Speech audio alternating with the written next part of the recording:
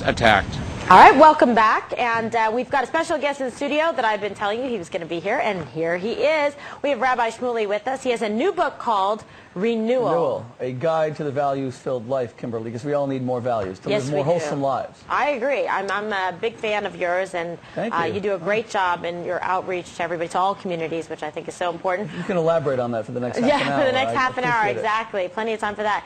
And Rob Boston is joining us. He's a senior policy analyst for Americans United for Separation of Church and State, joining us from D.C., and Ibrahim Hooper, CAIR Communications Director as well in D.C. Gentlemen, thank you all for being here with me this morning. This is obviously a controversial subject matter that we're going to take on, and we also have stories about it on foxnews.com and a poll that's actually going on in terms of what is your reaction to yesterday's decision by the New York City Landmarks Preservation Commission. Rabbi Shmuley, I'll begin with you and then give you gentlemen a chance to respond. Well, Kimberly, nothing that we say on the air here with Rob, with Ibrahim, with myself, none of it really matters.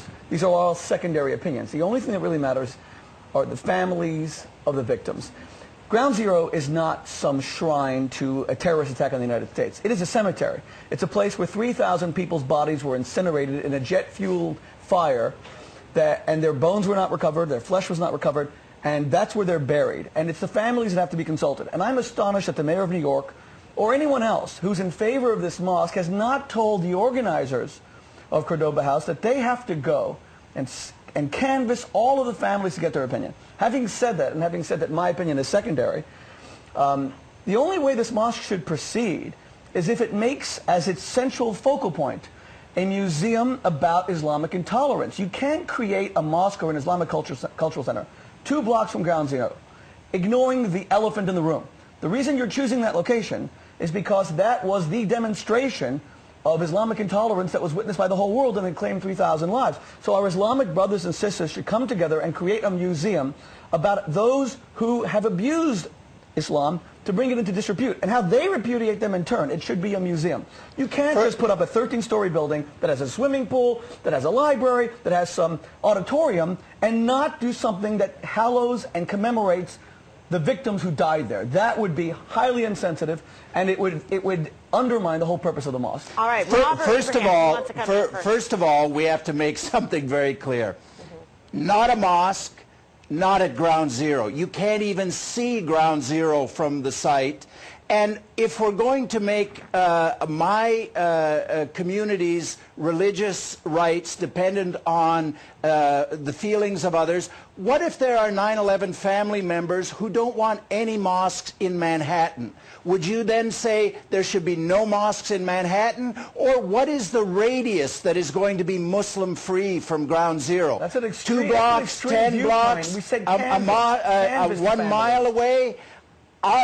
We said canvass the families. We said that you take a consensus. We're not saying that one family should have veto power. So my religious rights should be dependent on the voting of other people. This is not about rights. This is about sensitivity. This is not about rights. It's about sensitivity. We're not saying whether it can be built. We're saying if the whole purpose is to create a multicultural center whose purpose it is to bring people together, then do it in a way that brings people together. So if the Muslim community in, say, Dearborn, Michigan, objected to Israeli policies targeting the Palestinians and said no synagogue should be allowed in Dearborn, you would agree with that? By the way, I wouldn't agree with that. I am absolutely amazed that you're making these comparisons. Mr. Cooper, you probably are not aware of the fact that 3,000 Americans were not incinerated in Dearborn, Michigan. Including Muslims. Including Muslims. You are trivializing what happened. I am not trivializing anything. I'm making you stand on principle, not based on bigotry. And this is based on bigotry. You are calling me a bigot, and that is highly offensive. I am in favor of this cultural center, but I am telling you that it must be done in a way that acknowledges what took place half a block from where it's being built. And by the way, I object to your use of the term Islamic intolerance. Rob, I want to get you in, because what the rabbi is saying is he's not saying don't build it. He's saying please have some sensitivity and acknowledge what happened, because that would be a respectful thing to do. I think it would be a healing thing to do, if I can paraphrase what you're saying. What's your response to that? We need to step back a little bit and realize that this is an issue about one of our most basic core principles, religious freedom. That is one of the things that makes this country great. And in times when we are challenged, we don't trash that principle. We cling to it even tighter. And I think we need to sort of get some of the bigotry and rage and hatred out of this discussion, and certainly get the demagogues like Newt Gingrich and so forth who are exploiting it for political purposes out of this discussion, return to our core values and say, we are best when we are challenged and we embrace our principles. And that means we allow this mosque because the people who are building it are not terrorists. They are not in Al-Qaeda. They are not in sympathy with these folks.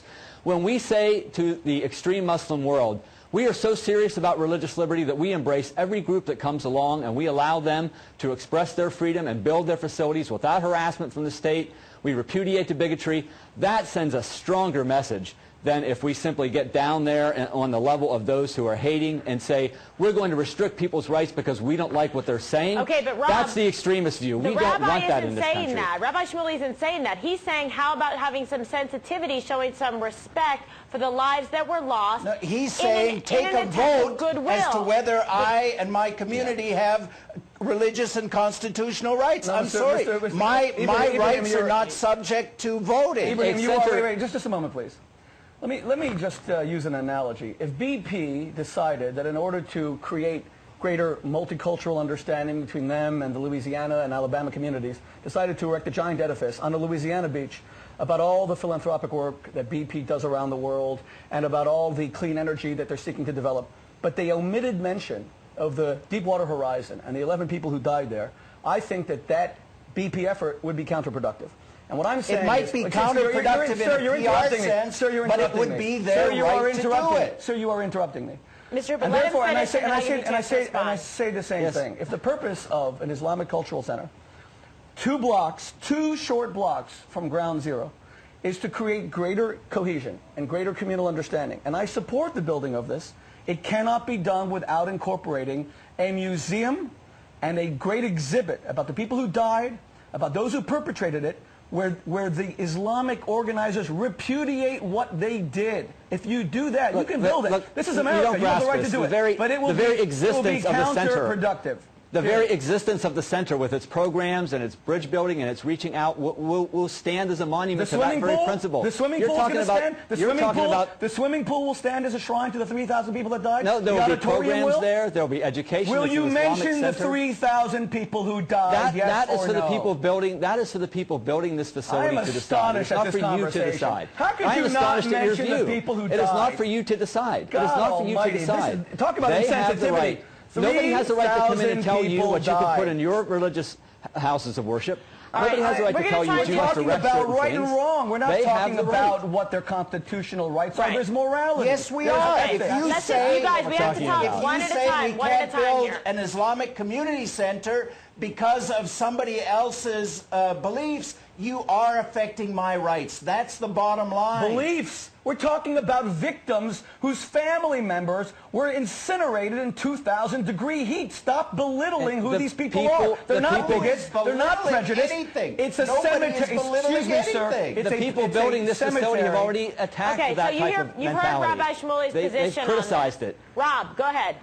Well, the people building this facility have been very clear. They've condemned the terrorism. They've condemned the attacks. They don't stand in any solidarity with this. In fact, their view of Islam is something that Al-Qaeda and the terrorists would absolutely hate. They would never feel comfortable in a mosque like this. Then let them say it in a museum. They have said it many times. They don't have to build a museum. Rabbi, they don't have to build a museum to keep you happy. Just one floor. That's all we ask. They don't have to build a museum to keep you happy. They have the right. This isn't about me. They have the right to build their facility as they see fit. That's the First Amendment. If you don't understand that, I'm sorry. It's a core American constitutional principle. But Rob, you're separation coming from a of church and state. constitutional The government does right? not have the right to come in and tell you what your facility must contain and what it cannot.